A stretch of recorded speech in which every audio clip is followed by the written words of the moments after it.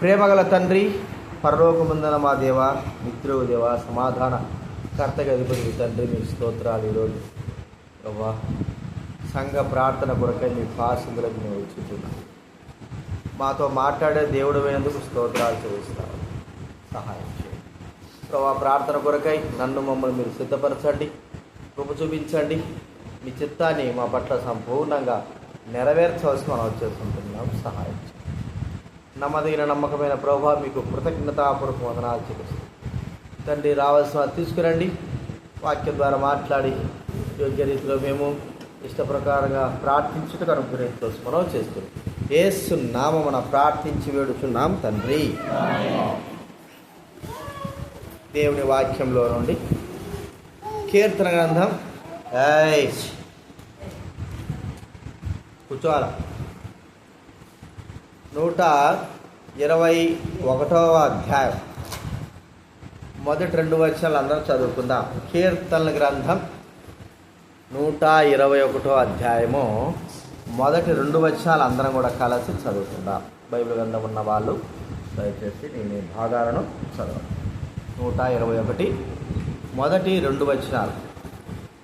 కొండల తట్టు నా కన్నులెత్తుచున్నాను, నాకు సహాయం ఎక్కడ నుండి వచ్చును? యెహోవా వలన నాకు సహాయము కలుగును. ఆయన భూమి ఆకాశమును సృజించినవాడు. ఈ కీర్తనాకారుడు తన జీవితంలో దేవుడు తనకు ఎలాగ సహాయకుడై ఉన్నాడు అన్న విషయాల్ని గుర్తు చేసుకుంటున్నాడు. కొండల తట్టు అంటే మరి ప్రభువు నివసించేటువంటి స్థలము సీనాయి పర్వతం, యెరూషలేము కొండలు, 7 కొండలపైన కట్టబడేటువంటి మరి దేవాలయం. కొండల మీద కట్టబడేది, అది చిన్న చిన్న గుట్టల్లాగా కొండల మీద కట్టబడే దేవాలయం. మరి ఇక్కడ చెప్తున్న మాట ఏంటంటే, కొండల తట్టు ఆ దేవుడు ఉన్న వైపు తన కన్నులెత్తి మరి చూస్తున్నాడు. దేని కొరకంటే సహాయం ఎక్కడి నుంచి వస్తుంది? సహాయం అంటే సహాయం పొందేవాడు ఏదైనా ప్రమాదంలో ఉన్నప్పుడు తను సహాయం పొందాలి. ప్రమాదం లేనప్పుడు సహాయం ఎందుకు? ప్రమాదంలో ఉన్నప్పుడు, కష్టాల్లో ఉన్నప్పుడు, వ్యాధుల్లో ఉన్నప్పుడు, నష్టాల్లో ఉన్నప్పుడు ఎవరి దగ్గర నుంచి సహాయం పొందాలి. కాబట్టి దాన్నే సహాయం అంటారు. ఏ బాధ లేదు, ఏ చిగురు లేదు, చింత లేదు, ఏ కష్టం లేదు, ఏ బాధ లేదు ఉన్నప్పుడు మరి ఎవరు కూడా సహాయం చేయరు. అది సహాయం అంటూ కూడా అనిపించుకోదు. కాబట్టి ఇక్కడ దావీదు మహారాజు చెప్తున్న మాట ఏంటంటే, యెహోవా వలననే సహాయం. దావీదు తన జీవితంలో దేవుని యొక్క సహాయము ఎన్నో విధాలుగా, ఎన్నో రీతులుగా పొందాడు. తాను పొందలేదు అని చెప్పడానికి వీల్లేదు. మరి తాను ప్రతి విషయంలో కూడా సౌలు దగ్గర నుంచి తరవబడుతున్నప్పటి నుంచి చివరిగా వృద్ధాప్యం వరకు కూడా, లేకపోతే మరి తాను తన తండ్రి యొక్క గొర్రెలు కాస్తున్నప్పటి నుంచి వృద్ధాప్యం వరకు కూడా అనేకమైన దినాల్లో, అనేకమైన రీతులుగా, ఎన్నోసార్లు, లెక్కలేని సార్లు దేవుని సహాయాన్ని దావీదు మహారాజు పొందాడు. మనం చూస్తే మరి ఆ సింహాన్ని చంపినప్పుడు, ఎలుగుబంటిని చంపినప్పుడు దేవుని సహాయం లేదే తను ఏమీ చేయలేదు. దేవుని సహాయము తనకు ఉంది కాబట్టే, యెహోవా సహాయము చేయనిది నేను ఎక్కడి నుంచి చేస్తాను? దేవుడే కాపాడేవాడు. ఆయన తన కుడి చేతిని పట్టుకుని సహాయం చేసేవాడు. అంత మాత్రమేనా? అతి భయంకరుడైనటువంటి గొల్యాతు చేతిలో నుంచి దేవుడు తనకు ఒక గొప్ప రీతిలో సహాయం చేస్తూ వచ్చాడు. మరి దేవుని యొక్క సహాయం వల్లనే, దేవుడు తనను ఆదుకోవడం వల్లనే ఆ గొప్ప వీరుడైనటువంటి ఆ గొల్యాతును చంపగలుగుతూ వచ్చాడు దావీదు మహారాజు. అంత మాత్రమేనా?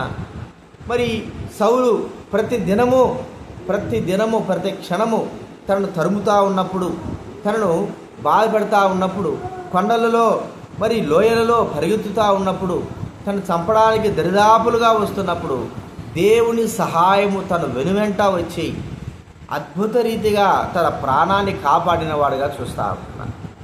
అంత మాత్రమే కాదు, మరి దావీదు మహారాజు ఆ యొక్క రాజ్యానికి వచ్చిన తర్వాత యుద్ధాలలో ప్రవేశిస్తున్నప్పుడు, అనేకమైన రాజుల్ని తాను ఓడిస్తుంటున్నప్పుడు, కొంతమంది గొప్ప ధైర్యవంతులైన వారు, పరాక్రమశాలులైన వారు ఏం చేశారంటే దావీదు నేను చంపేస్తాను అని ముందుకు వచ్చాడు. అయితే దేవుని యొక్క సహాయము తనకు మరో రీతిలో కలిగి తన ప్రాణాన్ని కాపాడాడు. కాబట్టి ఇక్కడ మనం చూస్తుంటున్నాం, దేవుడి సహాయము లేనిదే ఇట్లా మన వస్త్రాల్లో, భోజనాల్లో కానీ, ఇట్లా మనకు ప్రాణభిక్షలు పెట్టడంలో కానీ, ఇట్లా మనము నడిచే మన నడకలో మనకు సహాయకరంగా, లేకపోతే మన కుటుంబం విషయంలో మనకు సహాయకరంగా దేవుడే చేయాలి ఏం చేసినా. అందుకే ఈ దావీదు మహారాజు దేవుడి వైపు తన కన్నులు ఎత్తుతూ ఉంటున్నాడు, మనుషుల వైపు కాదు. సహాయం చేసే మనుషులు చాలామంది ఉన్నారు. అడిగితే ఎన్నో విధాలుగా బైబిల్ గ్రంథంలో మనం చూస్తూ ఉంటే రాజులు ఒకరికొకరు సహాయకులై ఉన్నారు. ఒక రాజు, మరి నాకు నువ్వు సహాయం చేయాలా, నా మీదకి వేరే రాజులు వస్తున్నారంటే తన సైన్యంతో, ఐగుప్తు దేశ రాజు కావచ్చు, అమోరీలు కావచ్చు, ఎదోమీలు కావచ్చు, వారందరూ కూడా ఒకరికొకరు సహాయం, సిరియా దేశస్థులు ఒకరికొకరు సహాయం చేసుకునే వాళ్ళే. అయితే దావీదు మహారాజు మాత్రము మనుషుల సహాయము వ్యర్థమని గుర్తించి దేవుని వైపు చూసేవాడు. దేవుని సహాయమే తనకు ప్రాముఖ్యమైంది. అంటే అర్థం ఏమిటంటే తాను సహాయానికి మనుషుల దగ్గరికి వెళ్ళడం కాదు, దేవుడి వైపు చూసినప్పుడు వారే తనకు సహాయం చేయడానికి అనేకమైన వారు తన దగ్గరకు వచ్చిన వారుగా చూస్తుంటున్నాం. చూడండి, ఒక మాట మనం చూస్తే 1 సమూయేలు గ్రంథం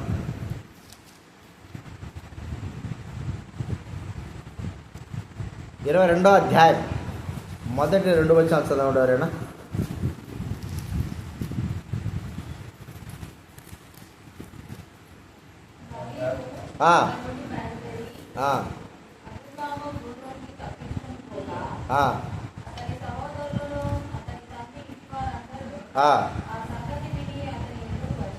ఆ సంగతి విని అతని ఎద్దుకు వచ్చిరి.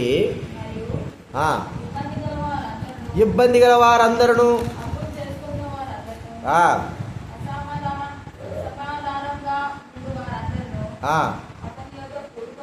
అతని యొద్దకు కూడుకొనగా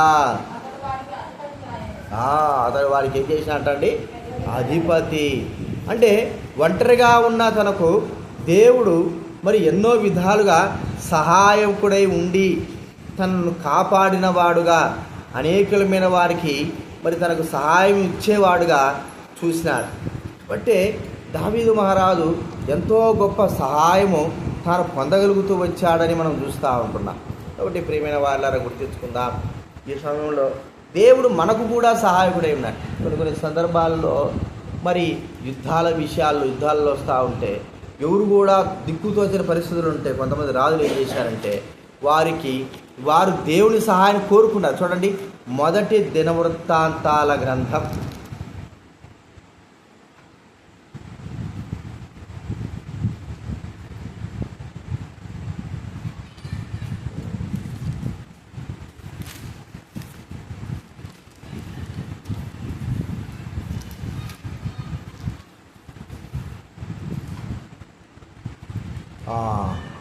18వ అధ్యాయం 6వ వచనం ఎవరైనా. 1 దినవృత్తాంతాల గ్రంథం 18:6.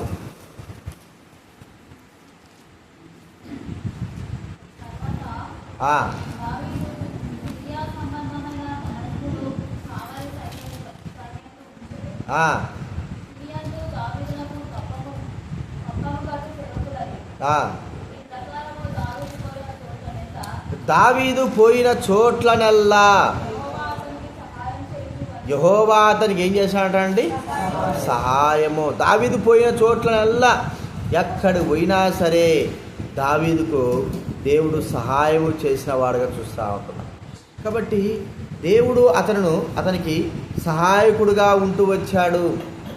తన విషయంలో అనేకమైన సార్లు చూడండి. ఇంకొక మాట ఈ యొక్క దినవృత్తాంతాల గ్రంథంలోనే, దినవృత్తాంతాల గ్రంథము 5వ అధ్యాయం, 1 దినవృత్తాంతాల గ్రంథం 5వ అధ్యాయం 20-21 చదవండి ఎవరైనా. 1 దినవృత్తాంతాల గ్రంథం 5:20-21.